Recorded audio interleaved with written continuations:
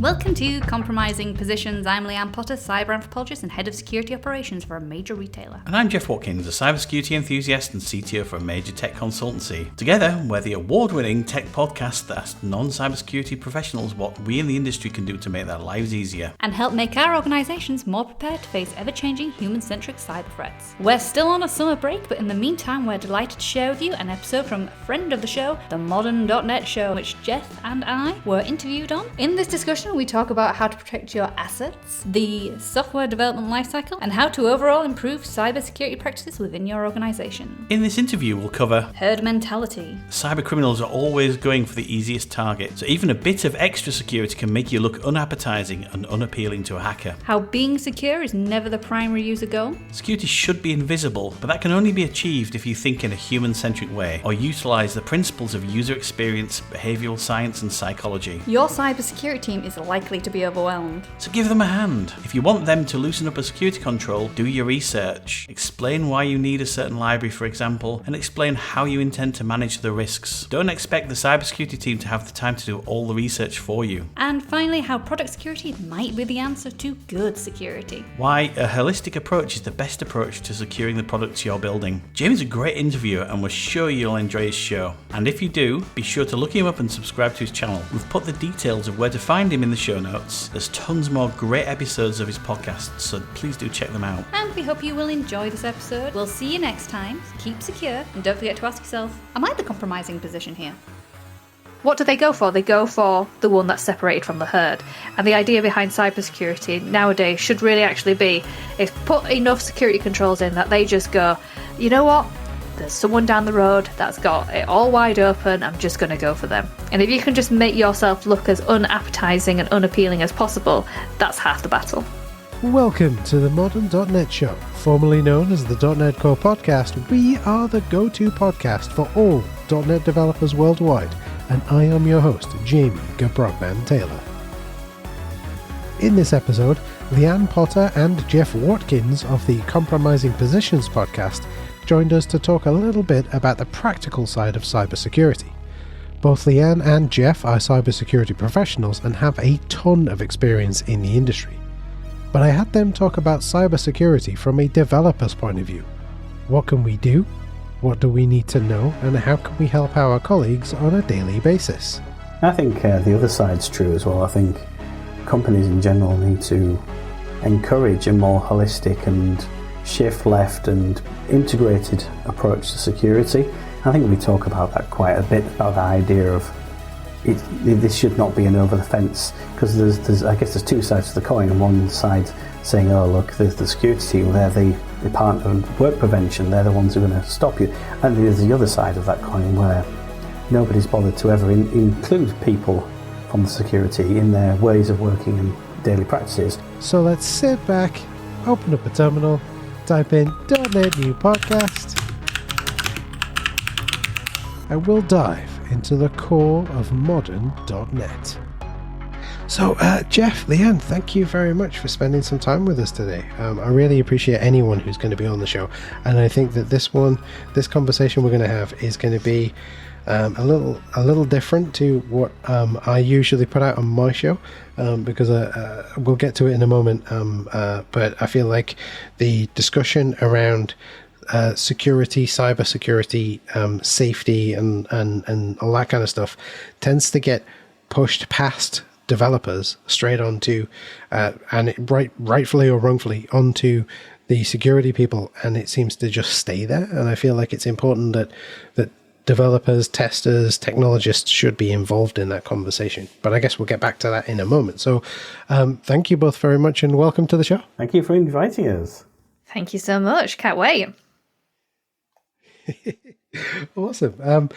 So for a little bit of background, I met both Jeff and Leanne at the Leeds Cybersecurity Conference in 2023. That is a conference put on by our mutual friend Lee, and the goal is just to get people in a room talking about cybersecurity, and I think it went really well. But I think before we do any of that, I was wondering, could you both give the listeners a bit of an intro to yourselves, like a elevator pitch or something? I was so tempted, Jeff, for us to just do the way we do it on the podcast. So I'm Leanne Potter. I'm a cyber anthropologist and head of security operations for a major retailer. And I am Jeff Watkins, CTO for a major tech consultancy. Something. No, I've been in engineering for pretty much all my adult life, really. I started programming when I was 6, which I think makes me one of a dying breed who remembers actually coding on old 8-bit computers. I think there were too many people doing that nowadays, thanks to the education system. So I've been a lifelong technologist, but over the years, I've gained quite a lot of appreciation for cybersecurity as being a really important topic, along with other topics, and I found it fascinating to balance both being a CTO and also running a small cybersecurity function. Nothing anywhere near the scale or importance of what Leanne's doing in her career, but I think it gives you having an interest in cybersecurity gives you a really, really good foundational knowledge of what's actually really important to most organizations nowadays. So that's why I talk a lot about cybersecurity in general, even though it's not really my major career. And while you're talking about it, you also talk about it with me every Thursday on our podcast, Compromising Positions, Protecting Your Assets, Never Leaving You Exposed, the big emphasis on ASS. We are very much collaborators in this because we were speaking. I'm an ex-developer myself, and we've been talking for quite a long time about that user journey for people outside of the security team. Like, why are these security controls not working? Why is there so much friction with the business when this should be really important? And if the news stories and scandals that are coming out with cybersecurity incidents at the moment, why isn't it still on everyone's agenda right at the top? Because this just keeps happening and happening with more frequency. So we decided to get together and do talks and podcasts about it. So we're, I think, the only cybersecurity podcast that doesn't interview anyone who works in cybersecurity. So I'm the only official cybersecurity person on the show. And we interview people like software developers, people working in user research, data, and then outside of tech, things like people working in psychology, behavioural science, and other anthropologists as well, to get an outsider's view on why insecure behaviours keep proliferating. I would say to listeners, do Google, if you are searching for us, Compromising Positions Cybersecurity Podcast. Do not just Google compromising positions on your work machines. I can't be held responsible for what might come up, but... Yeah. I mean, there is a rather mediocre film with that name, but yeah, you're probably going to get something a little bit more salacious if you're not careful. Well, yeah, I remember I was mentioning your podcast to a client of mine, and I was like, yeah, this great podcast called Compromising Positions, you should look it up. And then I realized and went, yeah, you're going to need to put podcast and like security or something at the end of your Google search. I am not going to be held responsible for you getting in trouble with your IT department. Yeah, very much so. Do you know what that is? It's because me and Jeff have a really serious condition. And it's kind of like our support group, really, this podcast. Our serious condition is silliness Tourette's, and we can't help it. We were just like, this is too good a name not to use. And so our podcast episodes as well are not SEO friendly. It's doing us absolutely no favours, except we have charted in the top 20 recently in the UK for tech podcasts. But yes, our Tourette's silliness of it's not doing us any favours for actually finding our audience or anything like that. Well, I tell you what, it does drive traffic to our website, though, because looking at our actual keyword hits, people searching for compromising photos do end up on our site. So they do.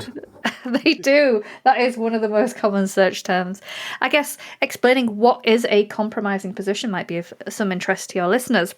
And why is it called Compromising Positions? Well, the title comes up because quite often in the discussion, the discourse around cybersecurity professionals and cybersecurity teams have often said that it's the people in their organisation outside of the security teams that are the compromising position, that are the what they sometimes call the weak link, or even stupid in some cases. Now, I absolutely hate that term. I think if you start calling people the weak link in your organisation, you're doing yourself no favours. But also, you have such a wrong approach of how valuable people in your organisations can be to help you on your cybersecurity maturity journey. So I actually think the real compromising position, if you think that individuals in your organisation are the reason why your security controls are failing, it's because the security team are the compromising position. So it's turning it on its head, really, of understanding it's not individuals in an organisation that are out to do harm to your organisation. Actually, the insider threat piece, someone inside your organisation maliciously trying to, exfiltrate data for cost, is extremely rare. And we focus too much on that side of it rather than people just trying to do a job. People just want to get through the day, and it's actually our security controls that are preventing them from doing that because we don't consult with people on how to do it. So the actual compromising position is the security team, in my opinion, but also compromise is literally what it is.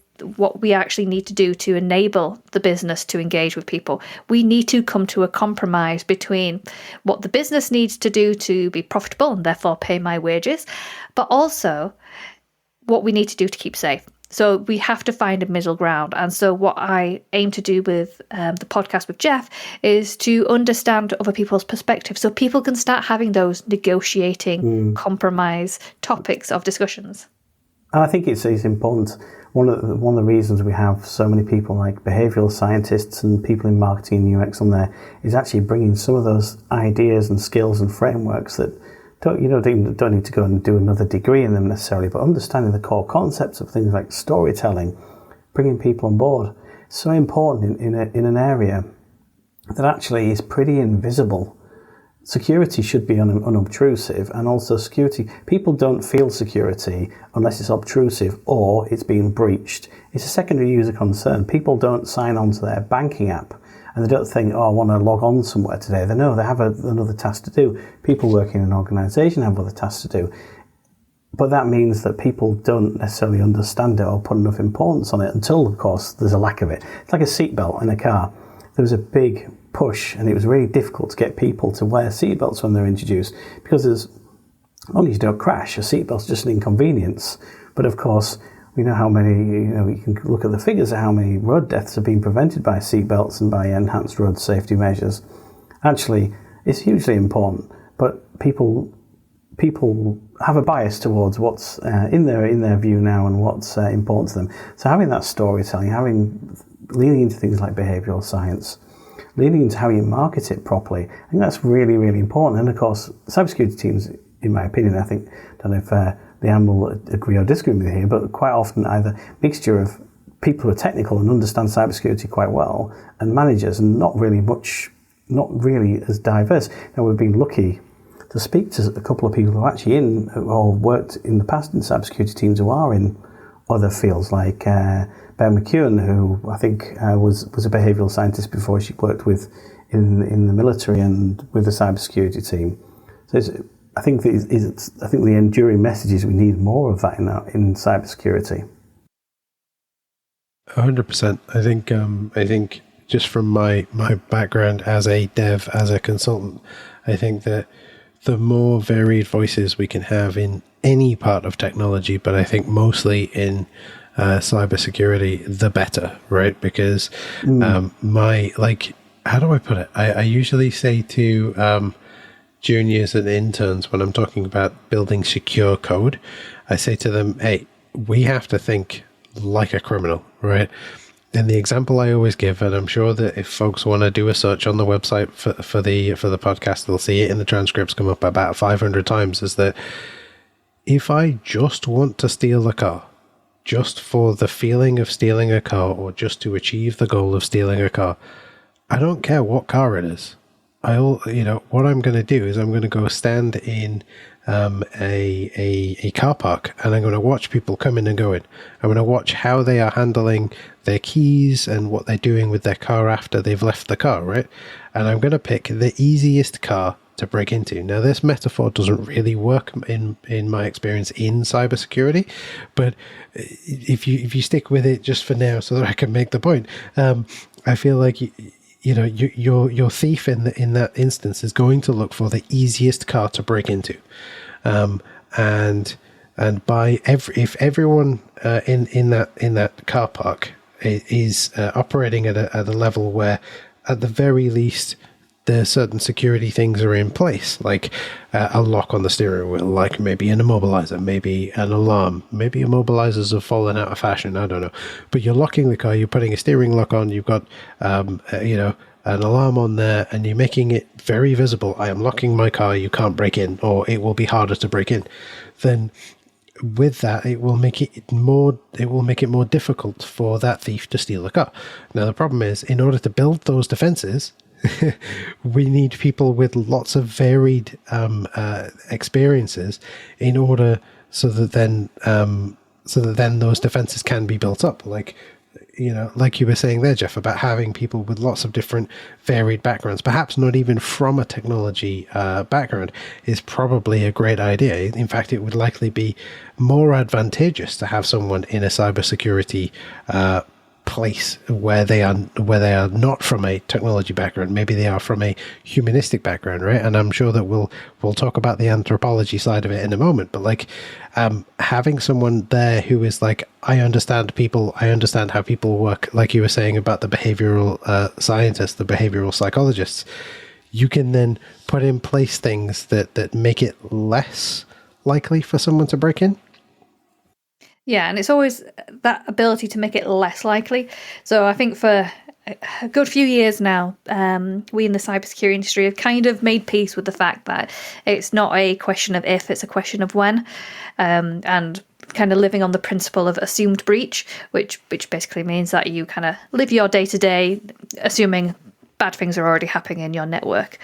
And so what do you do to help spot it? What do you do help to remediate and things like that? And when you think of it like that, you can understand why quite a lot of cybersecurity teams are very het up, highly strung, if that's your constant default position, to be constantly paranoid and stressed out. So when an engineer comes up to us and says, oh, I want to download this unapproved library or this unapproved tool, and then they get their head bitten off. I'd really like to encourage the engineers to kind of take a step back and just understand we are, in the cybersecurity team, one of the most underfunded, under-resourced, underloved areas of the business at the best of times. And we've had to say no to a lot of things out of self-preservationist needs, because it's easier to say no rather than have oversight on yet another tool, another area of the business when we don't feel supported. However, if you can come to your cybersecurity team with a really strong business case of saying, look, I've looked up the risks, and compared to the return on investment of actually utilising this tool, this is a good opportunity for us to go ahead and use it. And I will take ownership of any of the risks associated to it. Because that's one of the biggest kind of struggles we have in cybersecurity is people helping us take ownership of things. And along with being one of the smallest teams, we're also expected to know more about every area of the business in terms of from a technology perspective, as well as nowadays from being actually business minded, commercially minded. So I find one of the struggles I have when I'm talking to new starters coming to the industry is like, where do I focus? It's like, you have to kind of be careful about being too focused in cybersecurity, because you will be expected to know everything there is to know about the cloud, everything there is to know about engineering, infrastructure, and compliance, and all the other things that go along with it. And it's really overwhelming. So there is a definite need, and this, the podcast hopefully addresses that by giving some insight into the different areas of the business. A definite need to share that load of responsibility, because I'll be honest with you, your cybersecurity team doesn't know everything there is to know about cloud. They don't know everything there is to know about engineering, etc. They need you to be a part of this journey so you can tell us what risks might occur from that, because you guys can be the expert in that. When I was training up to work in tech, I could have decided, right, I'm going to be the best, JavaScript, best .NET developer there ever is, and focus right onto that and consider nothing else in my career. I could be really specialised in that. I don't really get that opportunity in cybersecurity to do that, because I have to be really agile to meet the needs of the business, and it's really tough, and that leads to interesting behaviours. I think the other side's true as well. I think companies in general need to encourage a more holistic and shift left and integrated approach to security. I think we talk about that quite a bit, about the idea of this should not be an over the fence, because there's two sides to the coin. One side saying, oh look, there's the security team, they're the Department of Work Prevention, they're the ones who are going to stop you. And there's the other side of that coin where nobody's bothered to ever include people from the security in their ways of working and daily practices. So then the project ends and goes, we're going live next week, you okay with that? And then suddenly everybody's on the hop because nobody's had any sight of that. And I think taking an integrated approach to security and spreading that responsibility and spreading some of that autonomy when it's mature enough, I think is going to be super important for the future of cybersecurity. And also, taking it out of the hands of being purely technical as well, sort of leaning further into that point of making security part of the product process. Going, hang on a second, we need to think about on a fundamental level when we build this product or service. Are there actually some ways, thinking about who the persona non grata are, who the people you like, the opposite of a product persona that people will be quite familiar with? Who are the people you don't want, who are probably quite likely to actually try and do something nefarious with your application? Not talking about unsecured ports or things like that. It's more like fundamental misuse, and actually you can get a lot of mileage out of that, because people all the time are trying to attack the application itself or attack the people in your organization. The human beings, unfortunately, are increasingly becoming the target of cybersecurity attacks as it gets much more difficult to actually hack systems directly as defensive measures, automated defensive measures get better. So I think there's both sides need to meet, and there needs to be an olive branch from both sides to actually build in safe and sustainable and continuous security in organizations. But that requires a whole bunch of organizational change, which is also why I think it was fascinating to hear from Paula Zizek on one of our recent episodes about how do you actually make organizational change without tears, because that's certainly something I'm not an absolute expert in, and it is one of the biggest things an organization do is changing their ways of working or their structure. I 100% agree. I have noticed over the last 10, 15 years, there's been a big push as part of the DevOps revolution. And this is something that's been going on way longer than the last 10 years. I have the original book on Kaizen, which was written the year I was born. I will leave it as an exercise to the listener to figure out when I was born. But I have the original book on Kaizen and the Toyota Production System book, which was then used to create a whole bunch of other books, including The Goal, which was then picked up by Gene Kim when he created this idea of what does DevOps look like. And there's this big push everything to the left, because and it is genuinely important. For those who may not know what we're meaning here, imagine the software development lifecycle as a continuum of a straight line. Release on the right hand side and initial work on the left. You're pushing left means push all of those responsibilities for security, for design, for releasing and all that kind of stuff as far to the left as possible, because the further it gets away from someone who can make a positive change, the more expensive it is to change it, right? And what I've noticed is there's a book called the Phoenix Project, which is the book that introduced a lot of developers to DevOps. And in that book, there is a security professional, and he talks a lot about push it left, push it left, push it left. Because when they come to release the new, it's a fictional tale about a company that releases software, and they talk about how when it comes to release a new version, they're usually releasing it, then asking him to test it for all of the security things they need to test it for. And he talks about push it left constantly, almost constantly. And there has been a big movement in the last 10, 15 years of saying push it left, but nobody, from my perspective, actually doing the push it left, right?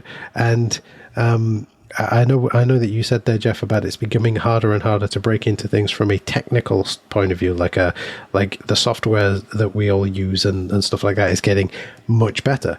But like the first step is including tests in your, like, automatable tests in your software that tests for some of those known vulnerabilities, right? And maybe signing up to having someone in your team who signs up for a CVE list, right? That's just a list that, for the folks who are listening who don't know, that's a mailing list where you get told about the newest vulnerabilities in all the different software packages. So then you're immediately finding out as soon as it's released to the public, hey, we're using this piece of software and there is a security vulnerability in it. And guess what? There's already a new version with a fix in there, because by the time the CVE goes public, they've already fixed the problem in an update. So like it feels like, from my perspective, the software side of stuff, like you were saying there, Jeff, it's almost a solved problem that nobody tends to want to talk about or implement the solution. We're like, what the heck? Well, the Phoenix Project, absolute seminal classic. It's something that whenever I have a new starter, as in a new career person coming in, cybersecurity or not, I always recommend they read that book, because it gives you such an incredible insight into every different area of any kind of organization. So that business there, from what I recall, is a bit like a quick fit. So. Or should I say, like a Halfords, like an American style Halfords style thing. And yeah, the CISO in that one, by gum. We were very lucky that our very first episode of Compromising Positions, we got to interview one of the authors on there. And we were like, dude, what's with that character? He's awful. And has a pretty much, by the middle of the book, a mental breakdown, goes off grid, and then comes back with a shaven head. But I think the message kind of still stands, is, there is ways and means of doing things in terms of getting buy-in from the business. And I think the Phoenix Project itself really encapsulates the wrong way to do things. You need to, in cybersecurity, understand what is really actually the necessity for the business. Human beings are very good at taking risks if they think it's not going to happen. And if they think it's not going to happen, then you're never going to ever get buy-in from people. So you need to put a bit of tangibility into the things you're discussing. Yeah, 100%. If you can make it real, what is it that... So long-time listeners will know that I trained as a teacher directly out of uni. So I did computer science, went to train as a teacher, and I feel like it's helped me in my career. The other thing I did that I feel really helped me in my career is working in retail, because, the shop floor retail, dealing with people. But the working as a teacher taught me that when you need to impart some knowledge on someone, you need to make it real. You need to give the reason for it to exist. And I feel like this fits with something that you've both said several times. And I'd be interested in your opinions on it. And something you just said there, Leanne, about making it tangible, making it real. Tell me why I need to do this. How do I put it? It's not a case of set the rule to be, don't click on any outbound links. It needs to be, don't click on any outbound links because it could be this and it could be that. But don't worry about it if you do, because we can maybe fix it, or we can set up a rule or something, right? Yeah. I think this goes back to the power of storytelling. And I said that as one of my key takeaways from my career, especially becoming more senior, when you're trying to persuade people. The power of persuasion, quite a lot of it is in the storytelling, because you say don't click on links, okay, You can say why don't click on links as well. And then you can go even further and start to provide all that context. And then it was really interesting to hear from Ray Blake of the Dark Money Files. I believe it was him, correct me if I'm wrong here, Leanne, who started talking about, he shares stories of the impact of victims of financial crime, the devastating impact. And then you get even more into like the hitting the emotions as well. And when you start to put the why, the background context, and the impact and the positive or negative, depending on what you're trying to sell, then because I'm sure in all of our heads, when we're trying to persuade people of stuff, it can be pretty obvious because all of the why exists in our heads, but it doesn't exist in other people's heads. And I think that's been one of my biggest career learnings, is actually you got to take people on the journey. You can't just give people facts and figures and rules. I think that's exactly the way Ray described it. Was, I can tell you that, for example, by 2025, 10.5 trillion will be lost to hackers. Such a big number that we can't really comprehend. And it's the same with just in general bad news stories. You know, we hear about something awful in the news, but we're hearing about it so much, lots of awful things happening in the world, that we kind of become desensitized to it. And that's only natural. But when you talk about individual stories that has so much pertinence and resonates so much more with people, and it's about finding those micro tales you can tell. And yeah, like you said, Jeff, telling people not to click on things. Well, my whole job is pretty much email based and clicking on things. So either you tell me not to be able to do don't do your job, or we're going to have to find some other way of kind of managing this. And I much prefer considering educating people in the right way of what to watch out for beforehand. But I think what's really important these days, and will become increasingly so, I'm going to drop the buzzword here, hold on to your hats, when AI really starts affecting I've done it it's going to happen when AI starts really impacting our ability to protect people. Because, for example, we've told people for years what to spot with phishing emails. Now AI is going to ruin that, because they're really good at writing phishing emails now that look a lot more convincing. So I can't tell you to watch out for the Nigerian prince anymore, and I can't tell you to look out for spelling mistakes, because ChatGPT, is really good at grammar. So we're going to have to keep thinking about, well, what's the other line that we need to consider. So remember back what I was saying before, we are in cybersecurity very much aware that it's going to be a when, not if. Therefore, we need to make sure people know what to do when it happens. To me, that's the crucial thing. If someone's sitting on something because they clicked on something and they are terrified that they're going to get into trouble for it, and then they don't report it for hours on end, or maybe at all, and we have to spot it through our monitoring systems, then you've failed. Your cybersecurity culture has failed in that case. It's about people going, oh, clicked on something, let me report it to the cybersecurity team, they will deal with it. And then that's exactly what we need. That, to me, is the more important message.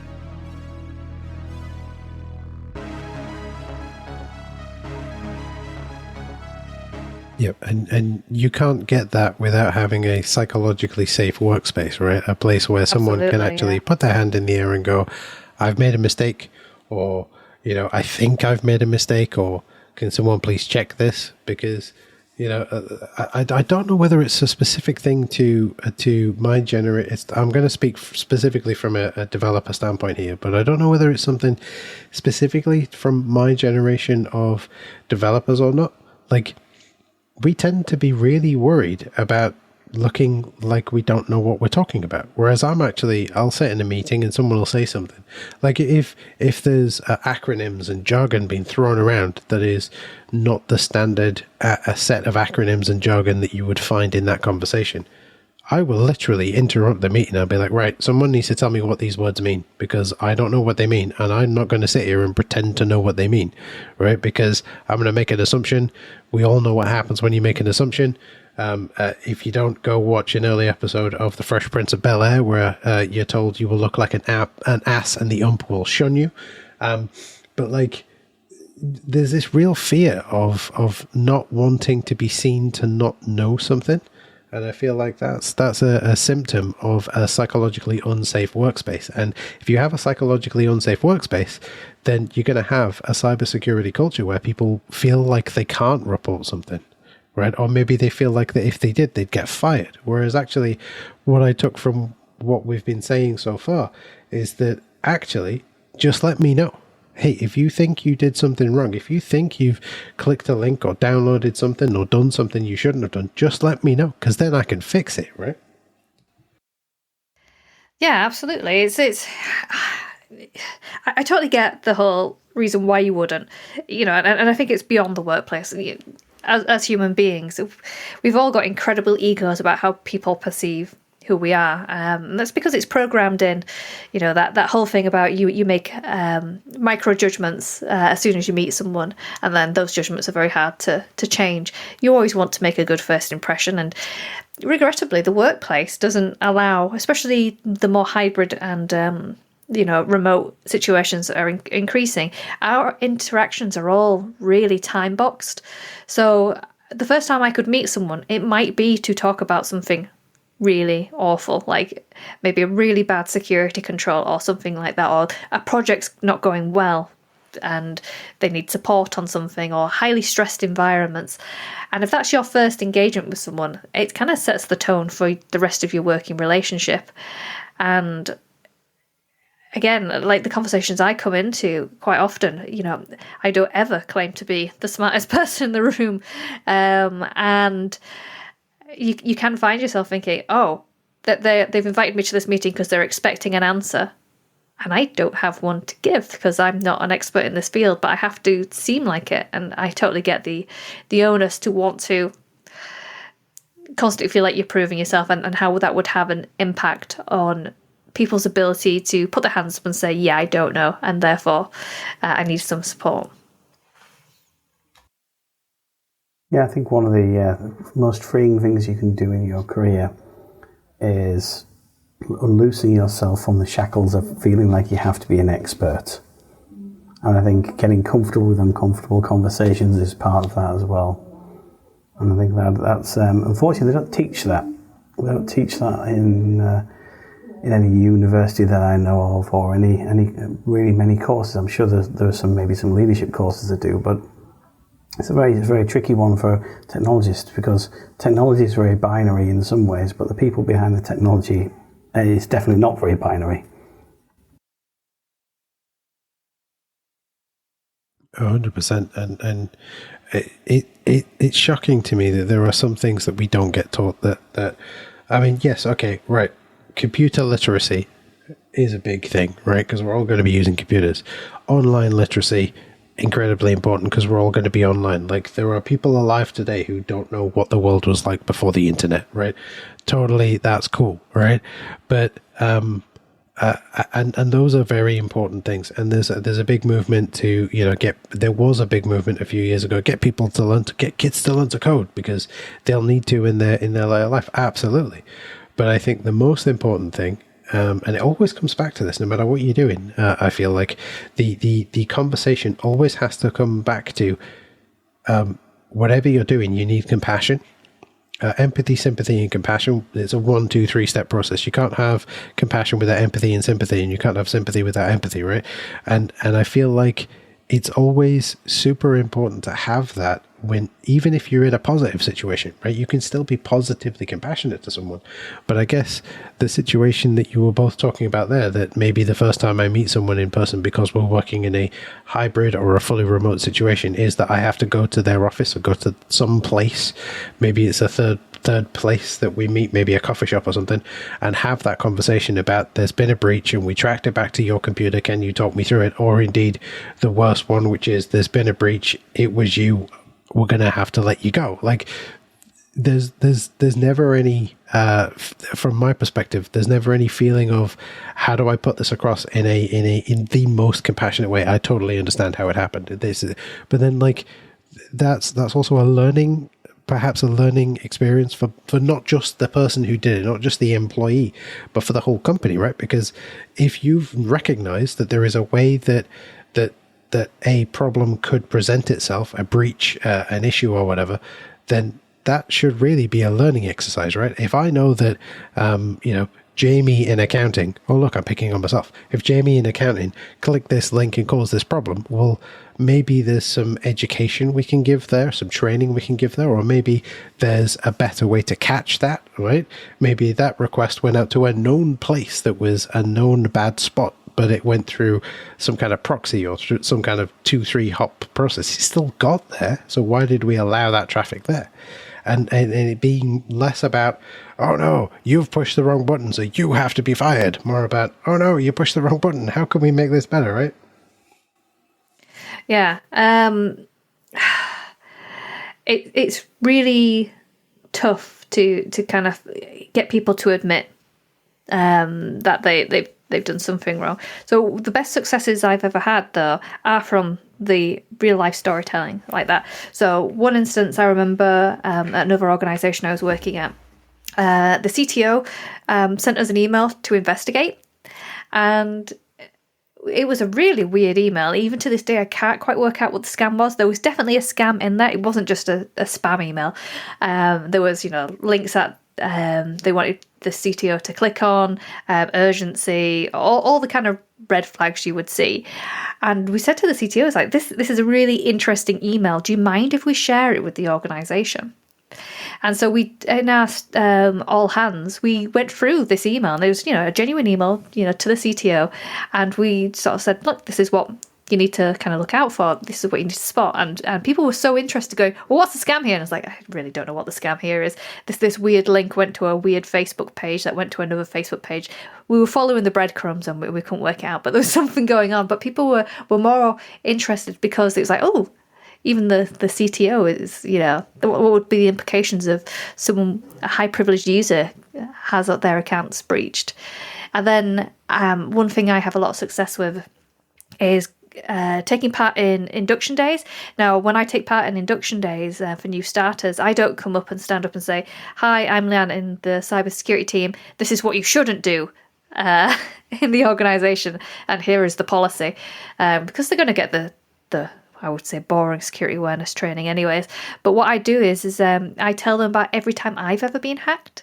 And it's so powerful to hear that someone who, lives and breathes cybersecurity all day has also been susceptible to it. So I take them through my sort of, there's 3 key stories I tell them about when I was a student and my emails got hacked, and this hacker just like spammed all my contacts, including my university lecturer, and said that I had lots of raunchy pictures for people to see. I didn't, but it was really embarrassing, and so I had to change all my details there. And then there was another time when I was working at an organisation, and we didn't have a big IT presence, and we all kept the pop-up that says, you must restart your computer, we've got all these vital updates. We just said remind us later for like a week on end, and then one day we turned on the computers and it was all down, completely bricked due to malware. And so we were out of action for a week.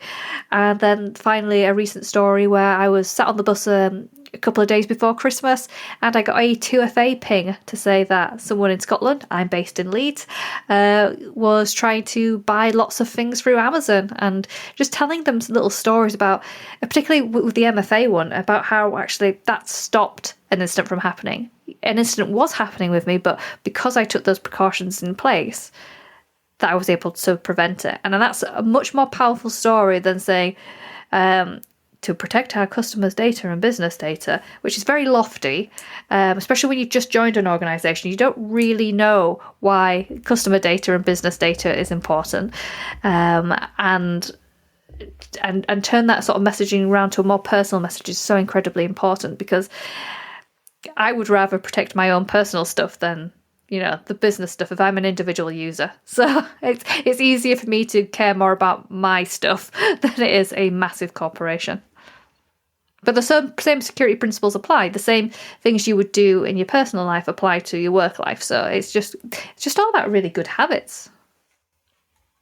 Yeah, what was it that I heard the other day? Somebody had said something like, locking your house door won't necessarily stop someone from breaking in, but not doing it will make it even easier for them to break in, right?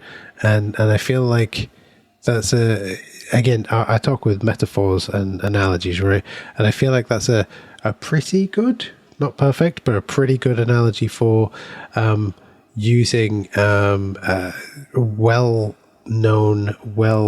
I hate to use the term industry standard, right? Because I know so many companies who, when you report something to them, oh, we use industry standard X, Y, and Z. I'm like, well, clearly you don't, because I just broke into your system, but like using strong passwords, using multi-factor authentication, using one-time time-based passwords. So yes, they raise the barrier to entry for a legitimate user, but they also raise the difficulty for someone who wants to break into a user, like a username password facing system, right? And I feel like, you wouldn't just lock your house using a padlock and a bolt, right? Like on those old gates, you'd slide the bolt across and then put the padlock on. You wouldn't just do that because that's going to be broken into. You're going to hire an expert to give you a relatively good lock on your front door. And I feel like maybe it's an attitude thing. Maybe it's because it's at work, it doesn't really matter. I don't know. I'm not smart enough to be having these thoughts. I have to say that. Well, if you do enjoy a good metaphor, another way to think about it from the the cybercriminals perspective, it's a numbers game, and it's about, imagine the Serengeti. So you're a lion. But I don't know if I've got the right animal there. It's lion or tiger in Serengeti, and you see a load of animals. What do they go for? They go for the one that's separated from the herd. And the idea behind cybersecurity nowadays should really actually be, is put enough security controls in that they just go, you know what, there's someone down the road that's got it all wide open, I'm just going to go for them. And if you can just make yourself look as unappetizing and unappealing as possible, that's half the battle. I think, and it is always a trade-off. And it's finding the good trade-offs. So MFA is a great trade-off because it takes you a couple of seconds longer, but the amount of extra security it provides is a very good trade-off, because you can make a system incredibly secure if what you do is you take your system, disconnect all the network cables, seal it in 6 meters of reinforced concrete and drop it at the bottom of the Mariana Trench. I would be reasonably sure that nobody would break into it. But it won't be very useful. It won't be very accessible. And it's like that the CIA triad of cybersecurity. You've got to balance. It's always going to be a fine balance. Because if somebody really wants to get into it, if say you're running a florist's website, and if maybe say the Russian government wants to actually do a state-funded attack on it, they will get in. But for the most of us, we're probably not the key targets. It is about finding that best trade-off, and that will mean procuring the best kind of services that are value for money for you, and the best kind of controls that provide usable security that isn't too much of a trade-off. And that will, if you're working in the NHS, that's going to be a different level of trade-off to if you're working at GCHQ, which is going to be a different trade-off to if you're running a florist's website. So it will differ, but it has to be a conscious effort to think about, well, what are those trade-offs? Think it from a human-centric point of view and from a business risk point of view. Yeah, I like that. Having the trade-off and accepting that risk, or rather having an acceptable level of risk, all right? If we get hacked today, because, you've both said it's more a case of when. So if it happens today, what is the risk, right? What could actually go wrong? Is it just reputational? Is there customer data that could be released? Is there money that could be stolen?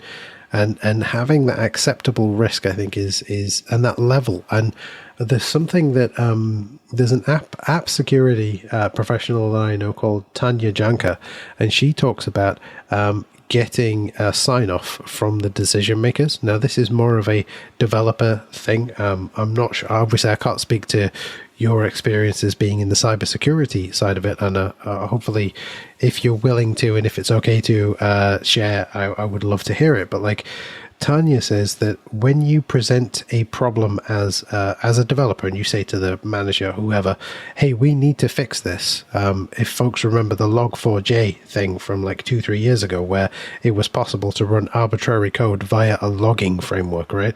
We need to fix this. What is the fix? The fix is we update a package and we rerun our tests, then deploy as quickly as possible, assuming that the tests pass. How long is that going to take? Maybe 2-3 hours, because the fix is already out there. We just need to do all of the releasey bits. And then if that manager or that decision maker turns around and says no, you say, okay, right, I need you to sign this piece of paper that says I've told you what the risks are and I've told you what the fix is, and you personally have decided not to do it. Now, I wouldn't want to work in a company that has that low level of psychological safety, where everyone feels like they have to cover their own backs. But like, I feel like when it comes to acceptable risk, there needs to be someone who's willing to say, yes, I will take the responsibility of having this risk, or we as a team, as a company, as a group of individuals will all band together and take the risk of, yes, we have decided that for our florist's e-commerce website, we don't need multi-factor authentication because we've taken the risk of it doesn't matter for our perspective, right? Or maybe it's a website that allows you to log in and just list the books you've read. Well, there's kind of no point in having multi-factor on that from our perspective, because all you're doing is giving us a username, a password, and a list of books, right? The amount of PII there is probably pretty slim. But like, how do you both feel about that, about having like a responsibility sign-off sheet? I think in some areas of the business it's just absolutely necessary, particularly if you're thinking like very heavily regulated areas of industry and things. You kind of have to. Now, Log4j, now that's, I'm sure every cybersecurity person still shakes when they hear it, but that's the one actual occasion where that was actually an easy sell, because it was so incredibly public. And that one in particular was an easy sell. It's actually all the other stuff that is really hard to kind of sell as why we need to fix that. And I would absolutely love a software engineer to come up to me and say, I want to fix this. Let's get this kind of signed off. But I think it's a necessity at the moment, and it's one of the reasons, I've been very kind of vocal and public about it. It's one of the reasons why I don't see CISO in my in my future career ambitions, because that's a really interesting role where it feels like there is a lot of scapegoating and blame placed on people, and that's why these processes of like getting sign off kind of proliferate. Is you can get into really big trouble if you do something wrong. And the CISO kind of carries a lot of that burden. And it's a bit of a scary, it's one of those kind of scary roles. But it'd be interesting, Jeff, because you're a CTO, what about from your perspective?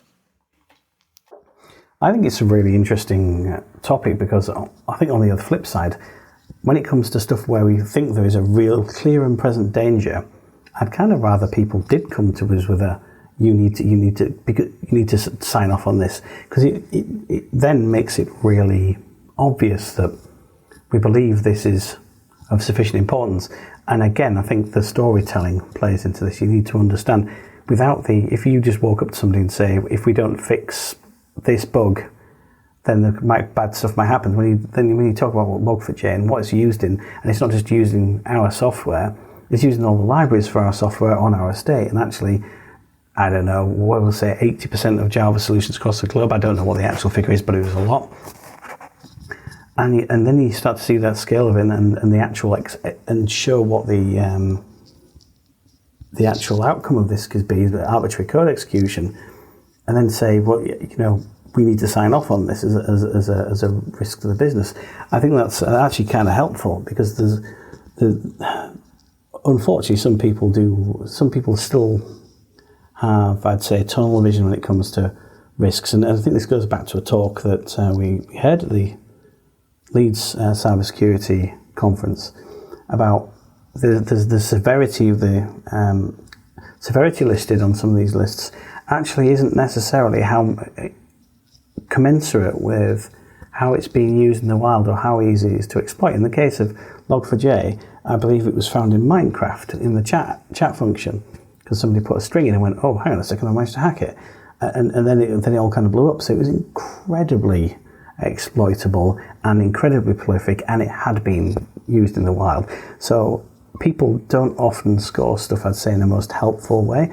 But when you got a really convincing argument, and you go, like, we need to sign off on this, I think it's actually a positive thing. Now, I really don't want to, I think there should be an element of psychological safety in bringing these to the table. And you don't want to, I always say when you have to invoke the contract, you've kind of lost. But I think in some cases, for very important risks, I think it's actually a healthy thing to keep a register of them. That was such a good talk, wasn't it? What was really interesting about that is, let's just take Log4j out of the mix there, because that was a weird, almost like a little bit of a cybersecurity gift, I'll be honest with you. Just in terms of getting why cybersecurity is important on the radar. Unfortunately, that tends to be the way. A nice good breach tends to do a lot of cybersecurity teams a lot of good rather than bad, because I don't know if you noticed that every time Uber has a breach, there's loads of jobs going in their cybersecurity team the next day. So it's good for business. Keeps us going.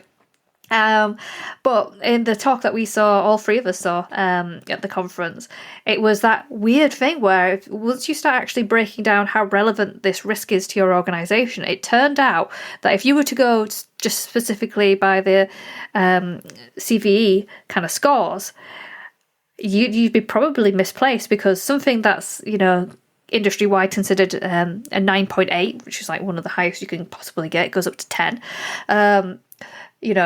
By industry standards. But then when you do the kind of understanding of like, how relevant is this to the organisation? How exploitable is it in our environment? Yada, yada, yada. Is there a fix? Or all those kind of things that Jeff was talking about just then.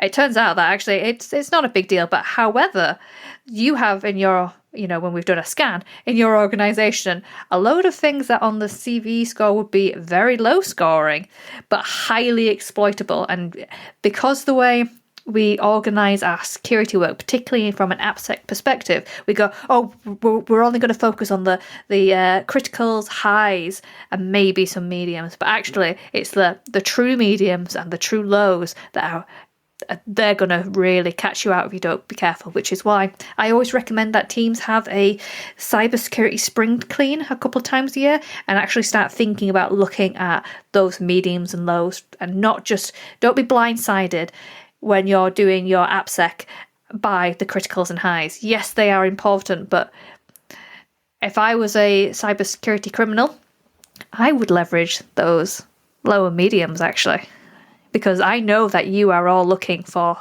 the biggest fish that are out there in your application security teams, to fix those highs that have just become really public and had lots of Log4j articles written about them. I'm actually thinking, I'm going to go through a means that you're not even thinking about at the moment. And that talk, I think, was absolutely spellbinding. And I think it was from Precursor, just to give them a shout, Precursor Security. So we've mentioned it twice now on this, I think, on this, or maybe it's a different one, actually. Scratch that. We mentioned it a lot because we really enjoyed it. Yeah, I actually got them to come into my organisation and redo that talk again. That's how much I enjoyed it. So I think we're all waiting for the Log4net breach, though, just so you can feel included. But Jamie, I think for your listeners, obviously this is might be of interest. So Jeff does we both do together. We do a lot of work around product security, and I don't know, Jeff, if it's worth you talking about your thoughts around product security. Yeah, so I'm not only CTO, but I spend quite a lot of time as being Chief Product and Technology Officer. And at XDesign, we take clients through that product journey. And product security I think is a much underloved and under-referenced part of security, because both Leanne and I looked it up, and we found in product books there's a mention of security, like one line. And security books doesn't really feature. And then we're thinking, you put Agile into the mix, and there are one or two reasonable books on Agile security. But if you're talking about Agile product delivery and baking security into that, there's almost nothing there.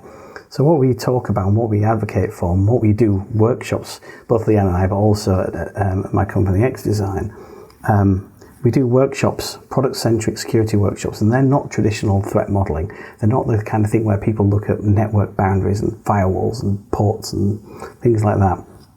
It's more looking from the outside in with a variety of techniques, including, as we mentioned earlier, persona non grata. We look at the misuse cases, the abuser stories, which are the dark side to user stories. We look at attack trees. We look at things like what assets do you have? We do some asset mapping, and it's all really non-technical, but it's all looks at the background of your product and starts to think about the countermeasures at the very most fundamental level, like for a banking application, what might people try and do? And then, obviously one of the countermeasures, we'll mention a few times, so I'll keep mentioning, will be, maybe we need to consider multi-factor authentication. Well, I guess nowadays it's mandatory, but the idea, like this process starts to make clear in your head where your threats are, and also where your countermeasures could go before you even start talking about which cloud platform you're going on, which ports you're going to open, or anything like that. And it's a really engaging process. And then, of course, then you can do your more traditional threat modeling processes, whichever flavor, whichever acronym you like to follow. You can do, obviously, the SAST and DAST tooling for scanning, and as well you can do other technical measures, but actually starting fundamentally, I think it's a really powerful tool, and that's why we like to talk about it. We're presenting that, I think, as the opening keynote for the International JavaScript Conference in April as well. It's been an interesting topic, but it's one that I think we're only just starting to get some traction in the industry.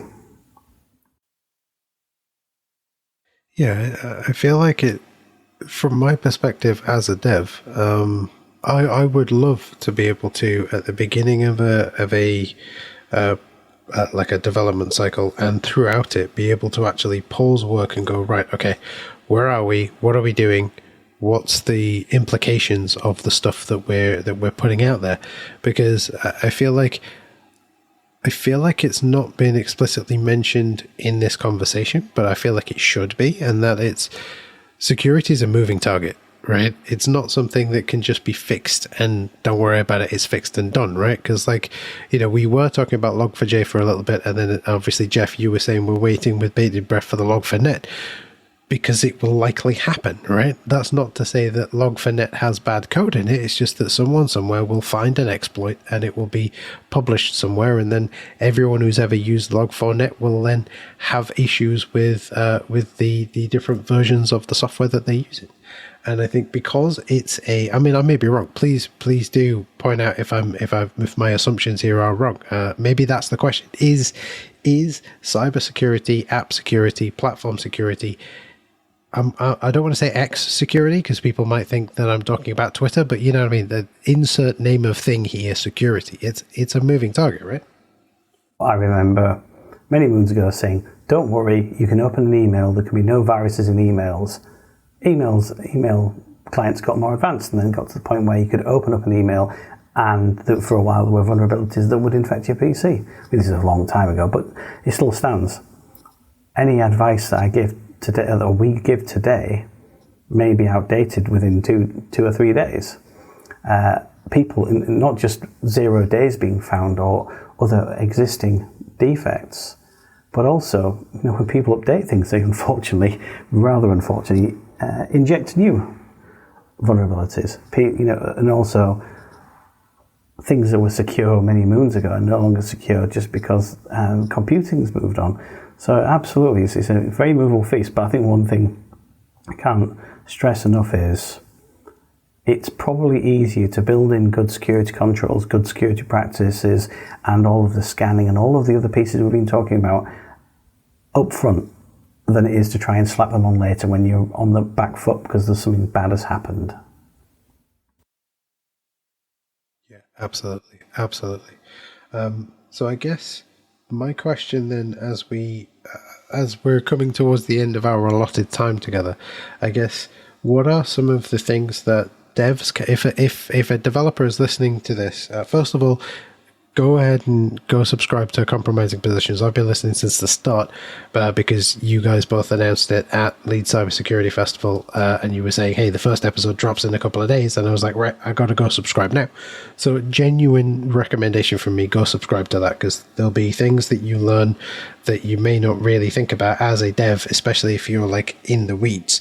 But like, is there anything that you could both suggest to a developer who's listening to this going, okay, right, let's take security, app security, cybersecurity, platform security, security at work, security in my home life. How do I make that better? Like, what's the one thing that you could suggest that folks can do if they're listening to this? Ooh, one thing. I know there'll be millions, but like, what's the bare minimum, I suppose? I would say if you are struggling to get by on either side, either you're working in a Scrum team and those security tickets just stay on that backlog, or whatever, or that you're coming to your security team, too late in the process, and maybe they're causing you blockers because, you've said, hey, I need help with this, and they haven't got the capacity anymore, and your project gets delayed, is talk to your security team. Talk to them about how you would like them to treat you. So for example, when I ask, get a pen test done for you, how do you want that report? Do you want it in just a PDF, or do you want me to just throw some Jira tickets on there? How do you want that information communicated? How would you like us, do you want us to say, oh, actually, we think this stuff's important, this is where we want you to focus, or do you want the autonomy to make those decisions yourself? Likewise, show some curiosity in what we do. As soon as anyone shows any curiosity into cybersecurity, I latch onto them with both my hands and my toes, and I say, yeah, let me tell you everything there is to know about what I know about cybersecurity, just so that I can get some help. It's a two-way street, this. It's going to take a collective to even get anywhere close to this horrific numbers game, because you've got to think that the cybersecurity criminals, they have totally different motivations to us. They are really well funded. They make millions doing what they do. It's actually a much more lucrative career to be a cybersecurity criminal than it is to be a cybersecurity enforcer. And so we really need all the help we can get, and it starts with a conversation. I think for mine, it'd be show an interest and learn about it. Really, it's everybody's responsibility for safety, really.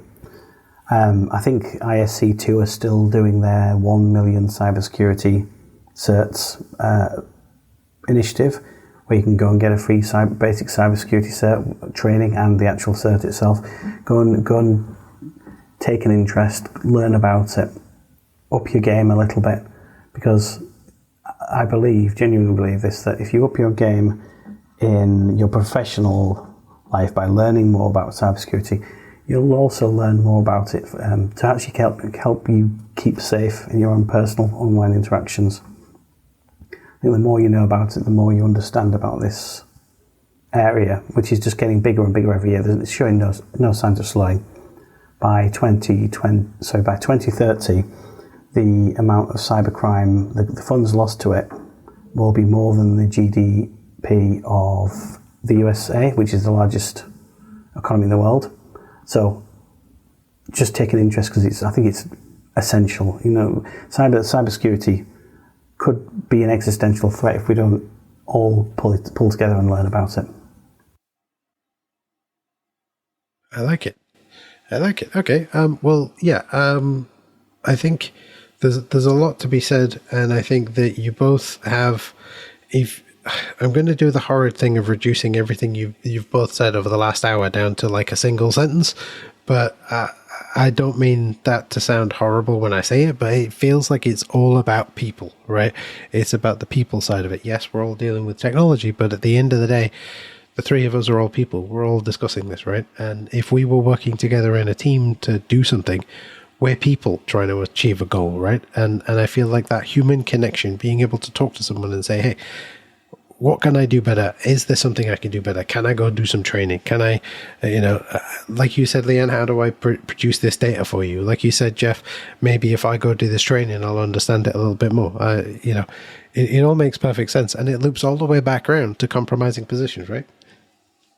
And you get to use your closing quote for the talk there, Leanne. Do you want me to? So my closing quote, I do this quite a lot, is when you follow the cables, you must remember that behind each cable is a person, a hacker, and a person trying to protect that. And we should never lose sight of the human element. Or such something. Nice. I like it. So how can folks get in touch then? Is it just head over to the website for the podcast? And like if someone's listening in and going, Leanne and Jeff, I want to ask them a question. I've got a burning question. Is it go to the website and there's a contact form, or are you okay with people finding you on LinkedIn? Yeah, we do have a contact form. You're very welcome to reach on there, but I think the best for both of Jeff and I is definitely LinkedIn. We're pretty much glued to LinkedIn, so that is the fastest way to get a hold of us, for sure. And it would really mean the world to us. We have interviewed quite a few devs, so there's more devs coming on our show. Really interesting ones. So the last episode that we had a dev on was a chap who was very security minded, actually, and he did an amazing project with Aberdeen's outdoor lighting, the street lights, and it was about protecting those from IoT attacks and how he went about that. And it's a really interesting conversation. So I would say it's more of a tech podcast than a cybersecurity podcast, and anyone who can get anything out of it. It's not really aimed at just a cybersecurity audience. It's aimed at anyone who has an interest in tech and how to make that tech better. And I think if you want to talk about things like product-centric security, product-centric threat modelling, do reach out to us. We can either provide some resources, or we can organise workshops. Sounds good. I'll get some links and put them all in the show notes, so nobody has to dive over their dashboards whilst they're listening and make a note. Please drive safely. But yeah, it's been a real pleasure talking to you both today. So thank you very much for being on the show. Thank you for having us. It's been great. Yeah, thank you. It was a lot of fun. Thank you very much. Thank you for listening to this episode of the Modern.net Show with me, Jamie Taylor. I'd like to thank this episode's guests, Leanne Potter and Jeff Watkins, for graciously sharing their time, expertise and knowledge. Be sure to check out the show notes for a bunch of links to some of the stuff that we covered and a full transcription of the interview. The show notes, as always, can be found at the podcast's website at .netcore.show, and there will be a link directly to them in your podcatcher. And don't forget to spread the word. Leave a rating or review on your podcatcher of choice. Head over to .netcore.show/review for ways to do that. Reach out via our contact page at .netcore.show/contact, or join our Discord server at .netcore.show/discord, all of which are linked in the show notes. But above all, I hope you have a fantastic rest of your day, and I hope that I'll see you again next time for more .NET goodness. I'll see you again real soon. See you later, folks.